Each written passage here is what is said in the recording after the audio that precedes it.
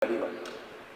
Anyway, we are explained that one and weekend manager says, hey, can I be allowed to accumulate the ones for the week and drink them on Friday? So he said, no, you are not understanding. It's not me. It is the liver. And your liver cannot take more than 24 hours. Then people say, I know I'm dying, but I'll die happily. So, because they are not about your day. Now, as an older person, if you are really going to be the type of a person who is self-controlled, you must not allow substance abuse to control you. And since you can never be drunk with alcohol unless you start with the first one. So the most critical thing is the first glass. Because the second one will never come unless the first. So unless the doctor has prescribed it, you have the choice of juice, and juices can be many, it can be mango, it can be whatever. You have the choice of coffee. Like him listening, there was a talk on coffee, about the advantage of coffee. There is a tea, there is porridge, isn't it? Now, so you need to understand, the choices are so many, why must you take poison? Here the word of God is saying, if you want to be an elder to be respected, you must always be sober. And you cannot be sober by keeping off substance abuse. Then it goes, if you really are going to deal with your younger people, you must be sound of faith. You must be sound of faith means the way you are acting is in line with the Bible. You know, young people say, you don't know they are adults. They say, Papa taught us, he said this, now look at what he does. Look at the way he treats our mother. Yet he is the one who taught us. That means you are not sound of faith. And we are learning the way to deal with your family is to ensure they can never accuse you of not being sound of faith. Then also, you must also be sound in love.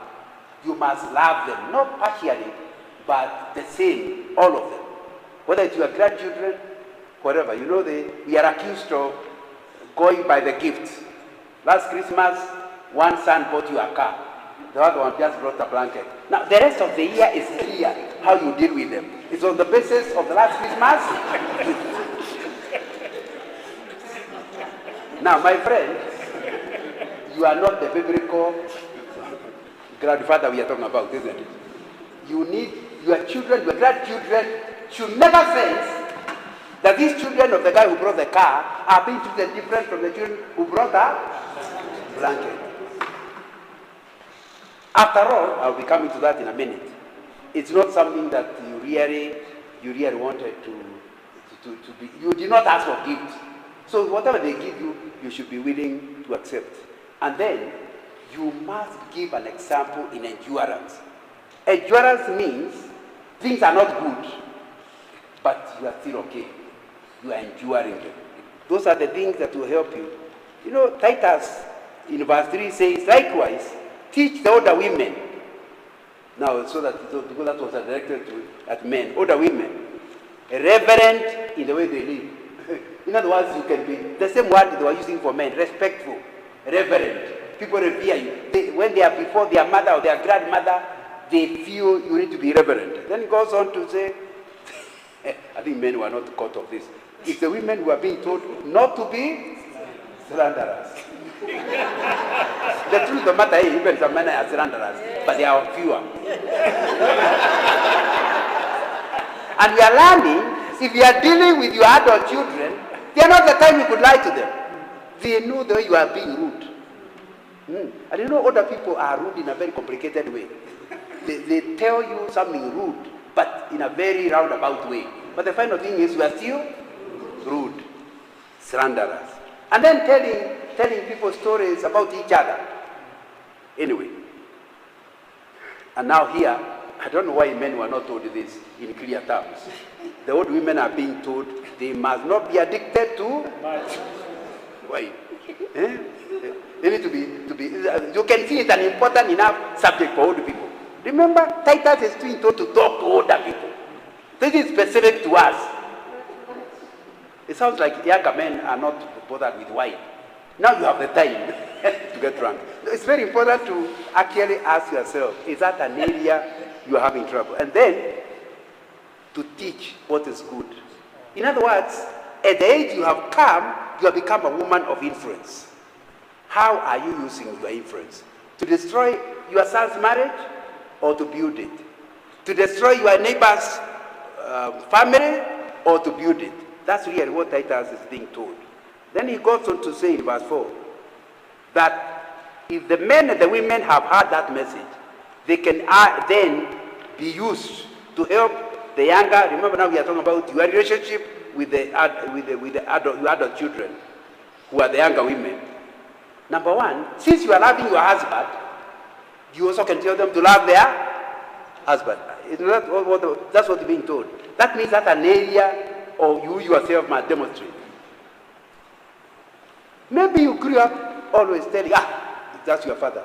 You know him. Now, what is the implication? He is hopeless and he's not about to change. But if that's the way you are talking, how could you go to tell them to also respect their husbands? Am I communicating? Remember we're talking about how to deal with your adult children. It must start with you. Showing them, maybe I'm not using the Paul's word. Paul said that be like Sarah. How was she? She called her husband Lord. I'm not asking Rebecca to call me Lord, but to behave like I'm one. That's really what you are learning. That's what you are teaching the other women, to respect or show or love their husband.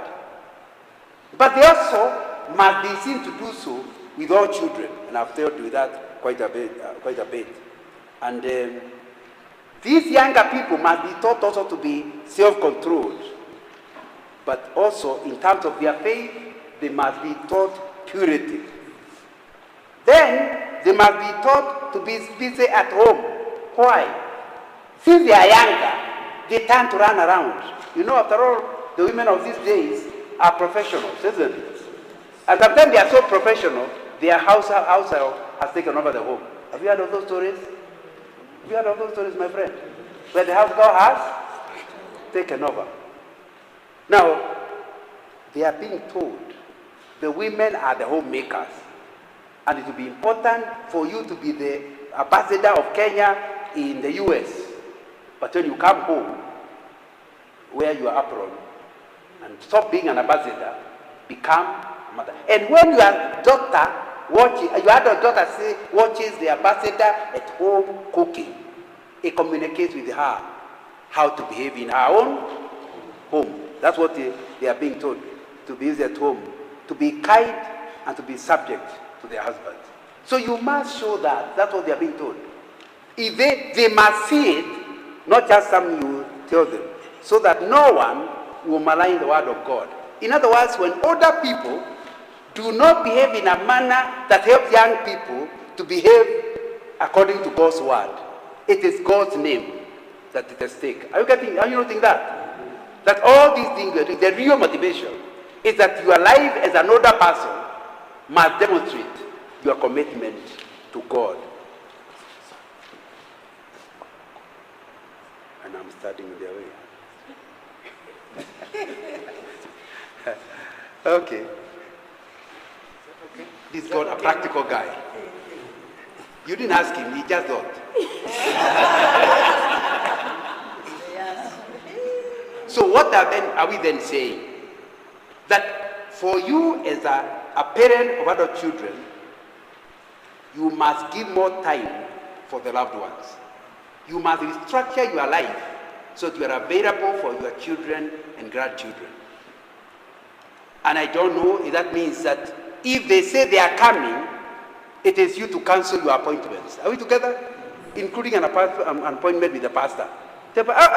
My grandchildren are coming today. I am not available. Are we together? Number two, you still can pursue your dreams as long as you are able to manage your time. Number three, you must foster independence for your children. I was asked the question, how can parents balance offering support but encouraging independence in young adults?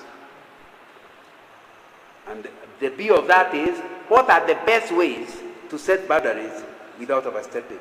Now that I have given you the biblical basis of how to deal with your children, I want to suggest the following. Number one, ensure the two economies are not joined. There's no way you will do the things I was telling you if the economy of your son and your economy are joined.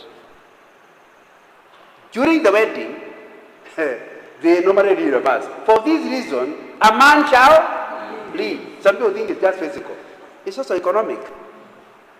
It's also social. That's why you can't claim to be biblically married and stay in your mother's bedroom. You must move out. And there will be no way what I'm describing happen. Because if he is in your house, you'll be tempted to order him. Am I right? You can't sleep all the time. Wake up. Now, that's not advice. It's instruction. So at least it's better for you to make a small house outside.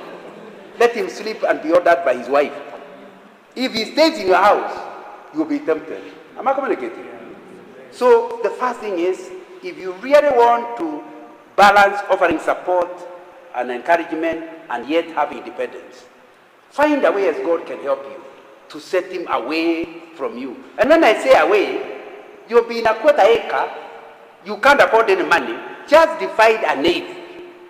What is less than an eighth? And put him a corner and put a fence.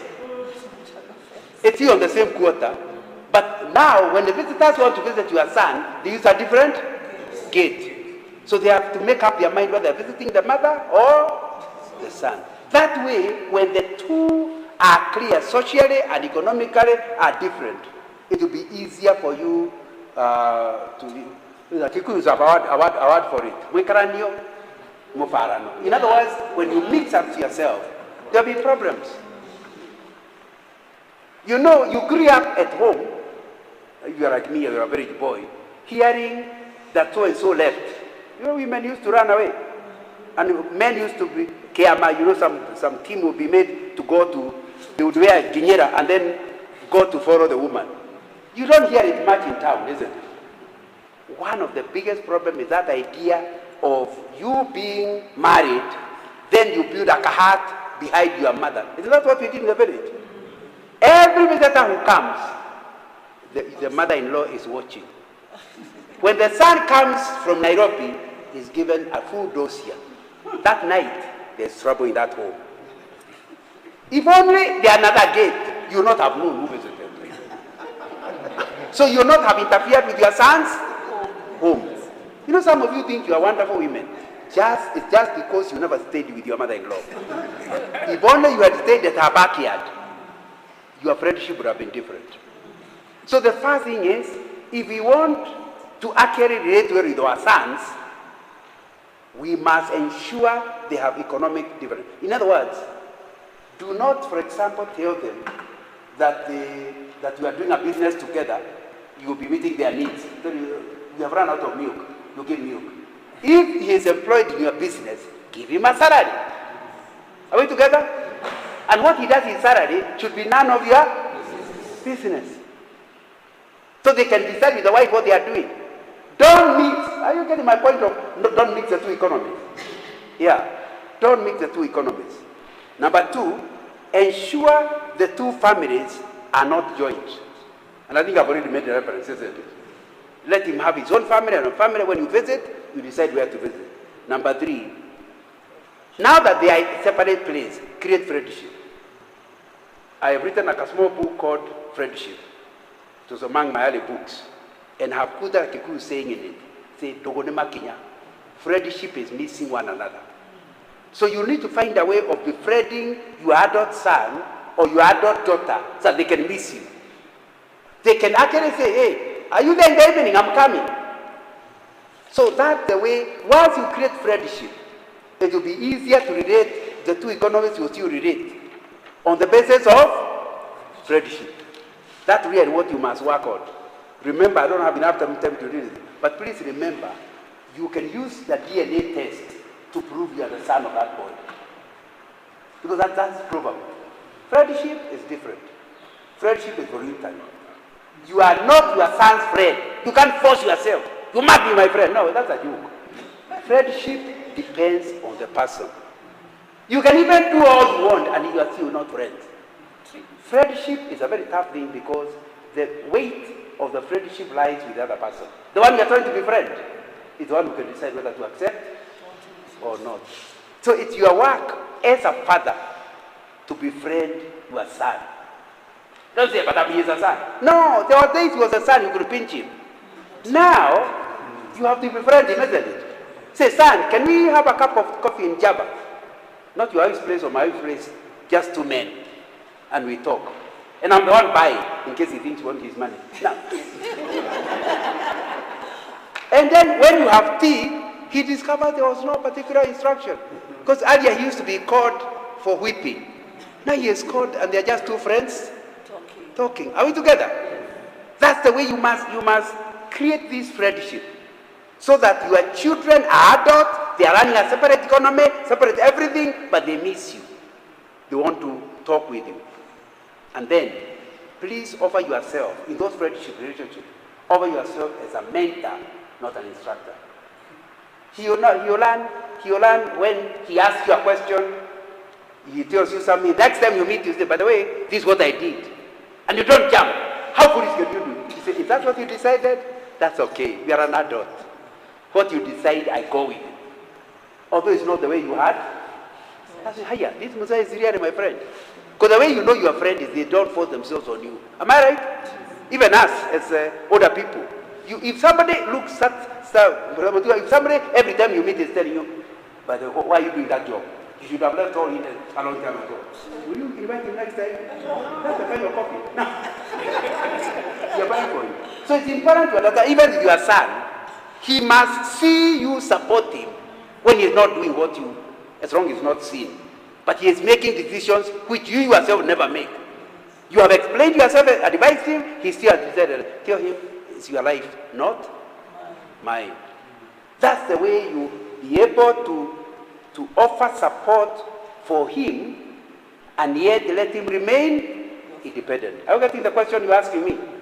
But these questions came from here that I'm dealing with. Another question is on communication. How can parents effectively communicate with young adults who may be hesitant or resistant to advice? What are some strategies for discussing difficult topics such as finances, relationship, or career choices? Again, on the basis of our introduction and my understanding of the scriptures, and I've just told you the most important thing is to create friendship. Once friends, you will now relate with each other, not as a boss but as a junior, but as friends. And that way communication will be better. Are we together? One of the things young adults, and of course I'm not an expert, there may be people who have done it longer, but our children are in their 40s or thereabout. But one of the things we have discovered is that they are sensitive to imagine you are instructing them. In fact, they can do the wrong thing just to prove to you they are no longer babies. Am I communicating? And they ruin their own life, but then you'll not suffer. It is them who will suffer. But they don't want to be seen to do it. I know when my children became adults, and some of them started going to another church, not very old, I say, what's different? One of them was frank with me. He says, anybody, every time you go to a ministry, or you are Nganga's daughter, what they understand is, the reason you are here is because you are Nganga's. Why can't I go to another church where that's adulthood, isn't it? I told them, no, as long as you are born again and you are going to a Bible-believing church, I'm okay. Valley Road is not written in the Bible. So, and if there are parents who fight their children when they go to other churches, that then you are not being a parent of an adult. Oh yeah, okay, you are being a parent of an adult, a foolish one. It's very important that they can even backslide just to show you can't control them. Are we together? So your communication might be based like two friends, and I think that will be very important. So what we are really saying, avoid the instructions mode. You must avoid it. In your communication, it must not be seen as instruction. And I think that's a very important. I've emphasized this quite a bit, but it's very important. Your son or daughter will listen to you knowing he does not have to do what you are communicating. Are we together? That's something. And you have to work at it, because they are used to you always wanting them to do what you say. You must keep reminding them, no, I'm not instructing, I'm only advising, until they finally believe you. Because they'll tell you whether you mean it. Ask the mentee, your son or your daughter, what is his life purpose? Remember, you're talking about communicating effectively. You grew telling your son, you are my future lawyer. Then the guy didn't speak really. When he went to campus, he did not do law.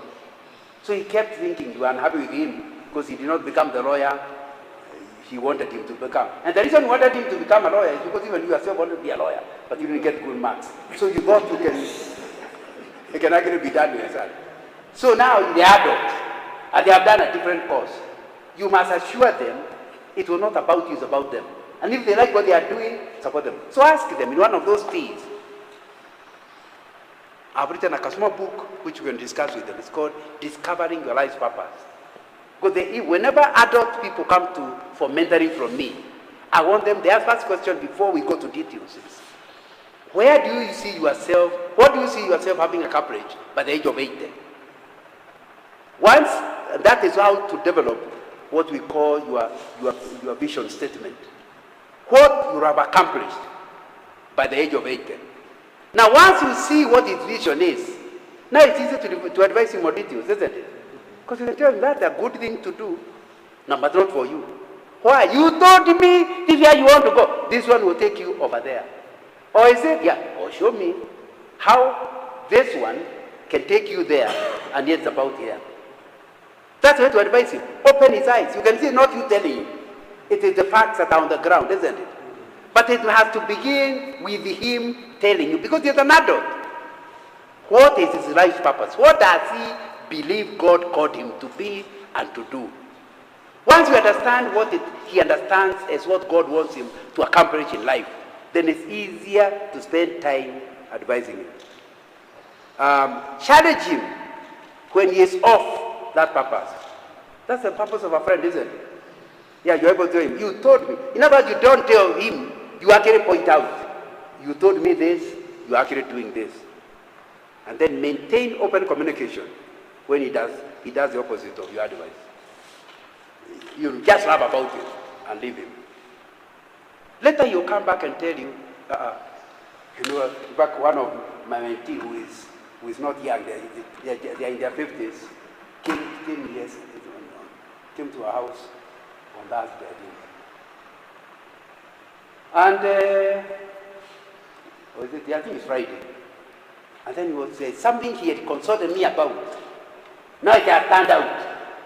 Exactly, he didn't take my advice. He did another direction. But he's now telling me that he needs my advice now in the other place. Now you don't spend your time saying, ha ha ha, no. You tell him, no, that's where we were then. This is where we are. Let's see how to move on. But generally speaking, those things we read earlier from Titus, you'd have to have them, self-control, isn't it? To be able to maintain that. At the moment he realizes, even when he has made a wrong decision, you are not making fun of it. You are not telling all the sisters, the siblings, hey, your brother, I told him. Well, you're suffering the consequence. It's a way of showing how powerful you are. Now, you certainly be seen as powerful on your way to losing him. Because the moment he hears that you share the story with the siblings, he will never share anything else with you. Are we together? And that can be interesting. When my mother was alive, sometimes I would just drive to Nyandarua, and we spent time with my mother talking. Then one time I was talking to another one of our friends in the village, and they said something which I had shared with my mother, which I had not intended for the village. Now, I knew immediately. At the age she is in her 80s, she may not have the capacity not to tell. So now, from then onwards, we still ended up talking, but the things I did not want the village to know remained between me and my wife. Am I communicating? That's the same thing will be done. The moment your son senses that you are the loudspeaker, he will still talk to you, minus those critical issues. You have to earn the right in your communication. What about emotional support? The question was, how can parents help young adults navigate mental health challenges or stress without being overbearing? What are the signs that a young adult needs more emotional support, and how can parents provide it? In other words, we are having some of our adult children end up in depression, isn't it? I'm reading currently a book by a parent whose children got bipolar, whatever, and it's quite a disturbing thing. So, back to my pet subject, friendship. As friends, welcome him to discuss his stresses. That's why you must ensure you remain confidential. What he tells you and does not want the siblings to know, don't share it. Because that's the only way he can tell you, by the way, I'm not sleeping at night. I was told the following are things that anybody, even you, should watch out for. Signs that a young an adult needs more emotional support. Number one, ask him, in the last 3 months, has he found himself irritable, harder to live with, volcanic? If it's once, no problem. But I said something that is consistent for 3 months. Tells you the guy is getting mental health challenge. Are we together? Then, ask him, are you suffering from lower concentration? When you read something complicated, you finish the page and say, but hey, what have I read? You go back to page 1. At the bottom, you still don't know what you have. And many of us have gone through that, isn't it? Then you know, things are not gone, but they are starting to go to the wrong direction. Here, remember the question they asked me, how to give support to your adult child who is starting to end up with mental health issues. What about failing memory? Obviously, for us old people, every time you lose something, it's because of age. But even young people forget, isn't it? But if it's something consistent for 3 months, it's not just once, for 3 months, you need to start worrying. You need to see a person who is an expert in mental health. But this one surprised me when I read it. Abdominal problems. I didn't know that your head issues can enter the stomach. But we are hearing that you can enter, if the guy is having a abdominal problem, the digestion, gas, rubberings, running stomach, whatever, there may be implication that he is not, the stresses are becoming too high. And then, of course, it's related also to sleeplessness, hard to fall asleep. You go to sleep and you count all the pieces of the roof. And that's not your usual. And it's not one day. It's been consistent for 3 months. Means you may need to see an expert. So anyway, since you are going to get the notes, I don't think you actually go through the list. You will give them the notes. Yeah, he already has them. So you just post it in there's a WhatsApp group. Yeah, you just post it there. But the point is,